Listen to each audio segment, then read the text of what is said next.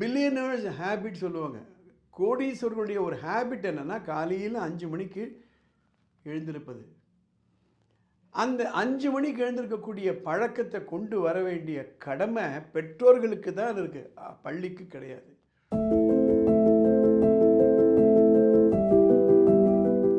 என் அன்பார்ந்தவர்களே, self supervised student அதை பற்றி தான் பேசிட்டு வரோம்.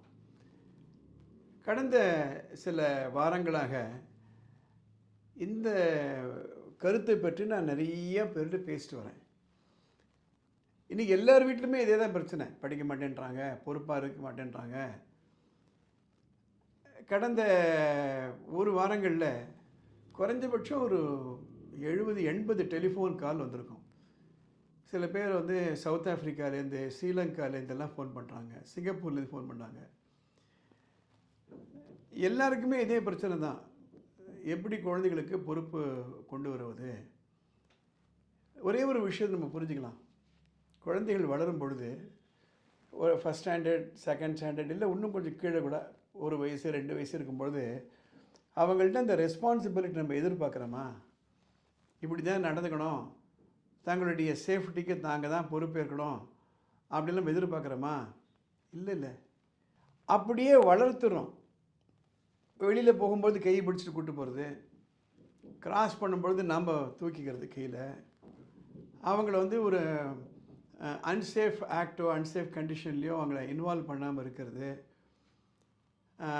அவங்களுக்கு ஒரு துணியை நாம்ளே மடித்து வைக்கிறது, அதுக்கப்புறம் அவங்க புக்கை நம்ம மடித்து வைக்கிறது. இப்படி பார்த்திங்களன்னா அவங்க செய்ய வேண்டிய வேலையை நாம் எடுத்து செய்கிறோம். இப்படியே வளர்த்துறோம். அதுதான் பிரச்சனையே.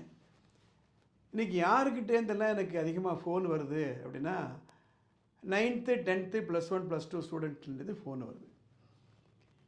ஆனால் அதுதான் இந்த எபிசோடெல்லாம் 9th 10th +1 +2 படிக்கக்கூடிய ஸ்டூடெண்ட்ஸ் பேரண்ட்ஸுக்கு மட்டுமல்ல, நீங்கள் கீழிருந்தே நீங்கள் பார்க்கணும். பெற்றோர் கல்வி இயக்கம், பேரண்டல் எஜுகேஷன் என்பது எல்லாருக்குமே தேவையான ஒரு விஷயம். திடீர்னு 10th வந்த உடனே 7 மணிக்கு எழுந்துற ஸ்டூடெண்ட் 5 மணிக்கு எழுந்துறதுனா எப்படிங்க அது பாசிபிள்? ஞாயிற்றுக்கிழமை மோட்டர் பைக்கில் சுற்றுற குழந்தைகளை அது எப்படி திடீர்னு 10th வந்த உடனே அவங்கள படிக்க வைக்க முடியும்? ஞாயிற்றுக்கிழமை 8 மணிக்கு எழுந்துற குழந்தைகளை திடீர்னு 5 மணிக்கு எழுந்திருக்க முடியுமா? So the change has to be incremental. அதுதான் நான் சொல்ல வரேன். சிறுதுளி பெருவெள்ளம். அப்போ என்ன செய்யணும் அப்படின்னா, சின்ன குழந்தைகள், பிறந்த குழந்தைகள்லாம் 12 மணி நேரம் 18 மணி நேரம் தூங்குவாங்க. விட்டுருமா இல்லையா? அவங்கள போய் எழுப்புறது இல்லையா? ஒரு 3rd ஸ்டாண்டர்ட் வரும்பொழுதே நம்ம கொஞ்சம் நம்ம கண்ட்ரோலுக்கு கொண்டு வர ட்ரை பண்ணணும்.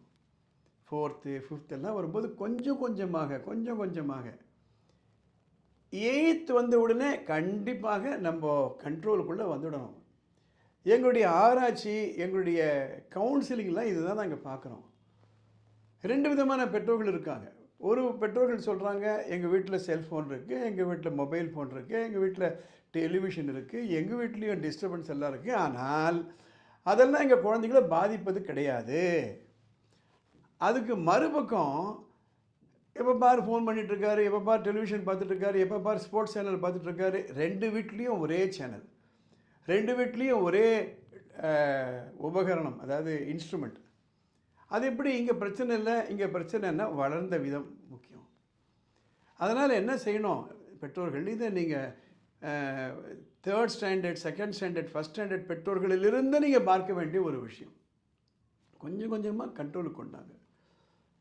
6-6:30 மணிக்கு எழுந்திருக்கிற குழந்தைகள் 2ஆம் கிளாஸில் 3ஆம் கிளாஸில் இருக்காங்கன்னா கொஞ்சம் கொஞ்சமாக எழுப்பி விடுங்க.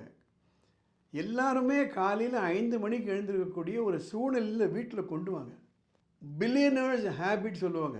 கோடீஸ்வரர்களுடைய ஒரு ஹேபிட் என்னென்னா காலையில் 5 மணிக்கு எழுந்திருப்பது. அந்த 5 மணிக்கு எழுந்திருக்கக்கூடிய பழக்கத்தை கொண்டு வர வேண்டிய கடமை பெற்றோர்களுக்கு தான் இருக்குது, பள்ளிக்கு கிடையாது. அப்போது 7, அப்புறம் 6:45, 6:30, 6:15, 6, 5:30, 5 எத்தனை வருஷத்தில் கொண்டு வரீங்க?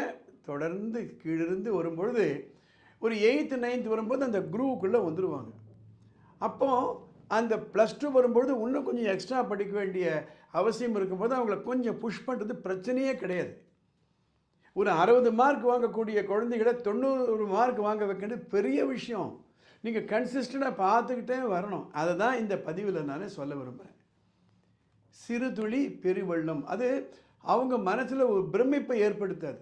8 மணிக்கு எழுந்திருக்கிற நீங்களே பாருங்களேன், எத்தனை மணிக்கு எழுந்திருக்கிறீங்க பாருங்கள். 7 மணிக்கு எழுந்திருக்கிறீங்கன்னா 4 மணிக்கு எழுந்து பாருங்கள். ஒரு நாள் எழுந்திருப்பீங்க, 2 நாள் எழுந்திருப்பீங்க, அதோட போச்சு, அவ்வளோதான். அது ஒரு ஹேபிட்டாக வரணும். இதை சொல்லும் பொழுது கதை ஒன்று சொல்ல விரும்புகிறேன். ஒருத்தர் வீட்டில் ஒரு பசுமாடு வச்சுருக்காரு. அந்த பசுமாடு ஒரு கன்று போடுது. அந்த கன்றை தூக்குறாரு, ஈஸியாக தூக்குறாரு. தினம் அந்த அந்த கன்றை அப்படி தூக்கி வீட்டில் கொண்டு வந்து வைப்பார். இன்றைக்கி செய்கிறாரு, நாளைக்கு செய்கிறாரு, நாளைக்கு செய்கிறாரு, தினம் தினம் தினம் இப்படியே வாரங்கள் கழியுது, மாதங்கள் கழியுது. அந்த சிறு கன்று நல்லா வளர்ந்துடுது. அப்போ அப்படியே அதே அந்த கன்றை அப்படி தூக்கி கொண்டு வந்து தன்னுடைய வீட்டில் வச்சுக்கிறாரு.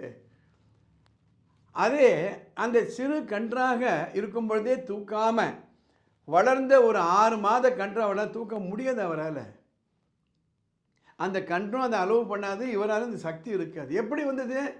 தினம் தினம் தினம் அப்படி தூக்கி வரா மாதிரி, அதே மாதிரி கொண்டாங்க. இந்த எபிசோடு பார்த்த உடனே நமக்கு ஞானோதயம் வந்து குழந்தைய கூப்பிட்டு, பாரு சார் சொல்லிருக்காரு, நீ எழுந்துருன்னா உங்கள் பேரில் வெறுப்பு தான் வரும். இதுதான் ஜாப்பனீஸில் கெய்சன்னு சொல்லுவாங்க.